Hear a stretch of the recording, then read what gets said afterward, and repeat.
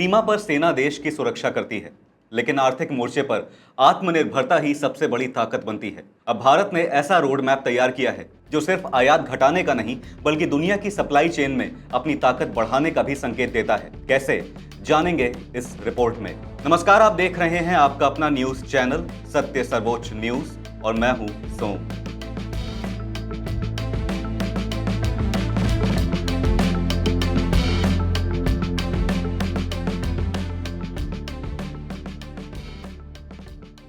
भारत अब चीन पर आयात निर्भरता कम करने की दिशा में एक बड़ा और निर्णायक कदम उठाने जा रहा है। भारत सरकार ने करीब 51 अरब डॉलर यानी लगभग 4.91 लाख करोड़ रुपए के ऐसे आयातित उत्पादों की पहचान की है जिन्हें अब देश में ही बनाने की तैयारी है। जानकारी के मुताबिक इस योजना के पहले चरण में करीब 100 उत्पादों को तत्काल कार्रवाई के लिए शॉर्टलिस्ट किया गया है। इनमें फुटवेयर, टेक्सटाइल, इलेक्ट्रिक वाहन, सोलर पैनल और औद्योगिक पुर्जे जैसे उत्पाद शामिल हैं। सरकार का लक्ष्य सिर्फ इंपोर्ट कम करना नहीं है, बल्कि मेक इन इंडिया और आत्मनिर्भर भारत अभियान को नई गति देना भी है। दरअसल मार्च 2026 को समाप्त हुए 12 महीनों में भारत ने कुल 775 अरब डॉलर का सामान इंपोर्ट किया। सरकार के एक आंतरिक आकलन में पाया गया कि इनमें से 398 अरब डॉलर तक के आयात को भविष्य में घरेलू मैन्युफैक्चरिंग से बदला जा सकता है, यानी देश के भीतर उत्पादन बढ़ाकर विदेशी निर्भरता को काफी हद तक कम किया जा सकता है। ये रणनीति ऐसे समय में सामने आई है जब दुनिया भर में भू राजनीतिक तनाव यानी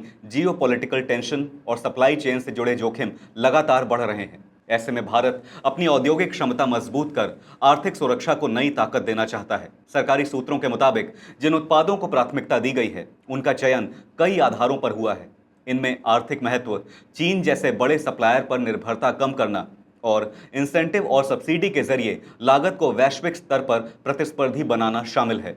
सरकार का मानना है कि कई ऐसे उत्पाद हैं जिन्हें भारत आसानी से बना सकता है, लेकिन अभी उनकी आपूर्ति के लिए विदेशी बाजारों पर निर्भर रहना पड़ता है। इसी कमी को दूर करने के लिए अब विदेशी तकनीक और भारतीय उत्पादन क्षमता का मेल कराने की तैयारी है। सूत्रों के अनुसार भारत सरकार ताइवान, दक्षिण कोरिया, जर्मनी और इटली की कंपनीज के साथ जॉइंट वेंचर यानी संयुक्त उद्यमों को बढ़ावा देने की योजना बना रही है। साथ ही मैन्युफैक्चरिंग सेक्टर में निवेश आकर्षित करने के लिए कई योजनाओं पर भी काम किया जा रहा है। इसका उद्देश्य आधुनिक तकनीक, तेज उत्पादन और वैश्विक गुणवत्ता मानकों को भारत में विकसित करना है। आंकड़े बताते हैं कि वित्त वर्ष 2025-26 में भारत ने चीन से करीब 132 अरब डॉलर का आयात किया। इसमें बड़ी मात्रा में मशीनरी, इलेक्ट्रॉनिक उपकरण और औद्योगिक इनपुट शामिल हैं, जिन पर भारतीय उद्योग काफी हद तक निर्भर है। सरकार अब इस निर्भरता को हर तरह से कम करने की रणनीति पर काम कर रही है। एक उदाहरण भी इस चुनौती को साफ दिखाता है। पिछले साल भारत ने फुटवेयर सोल मोल्ड के आयात पर करीब 48.3 करोड़ डॉलर खर्च किए। सरकारी आकलन के मुताबिक इन्हें भारत में बनाने में करीब 2 सप्ताह लगते हैं, जबकि चीन में यही काम 3 से 5 दिन में पूरा हो जाता है। यानी उत्पादन की गति और दक्षता में मौजूद इस अंतर को कम करना भी सरकार की प्राथमिकता है। इसी तरह रिन्यूएबल एनर्जी सेक्टर में हर साल करीब 3 अरब डॉलर के सोलर फोटोवोल्टेइक सेल आयात किए जाते हैं। कम कीमत वाले चीनी उत्पादों के कारण घरेलू निर्माता दबाव में रहते हैं, लेकिन सरकार का आकलन है कि भारत के पास इन सोलर सेल्स को खुद बनाने की क्षमता मौजूद है। जरूरत सिर्फ निवेश, तकनीक और उत्पादन क्षमता को तेजी से बढ़ाने की है। सरकार इससे पहले भी 2014 में शुरू किए गए मेक इन इंडिया कार्यक्रम और प्रोडक्शन लिंक्ड इंसेंटिव यानी PLI योजना के जरिए घरेलू विनिर्माण को बढ़ावा देती रही है।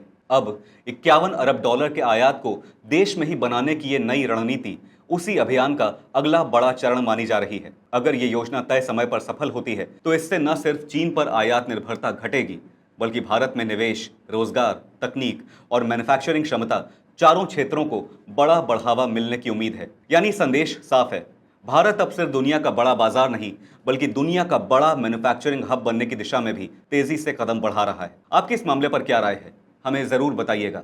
फिलहाल इस खबर पर इतना ही। देश और दुनिया की बड़ी और अहम खबरों के लिए बने रहिए सत्य सर्वोच्च के साथ। लाइक, कमेंट और शेयर करना ना भूलें। अपना ध्यान रखें। धन्यवाद। जय हिंद।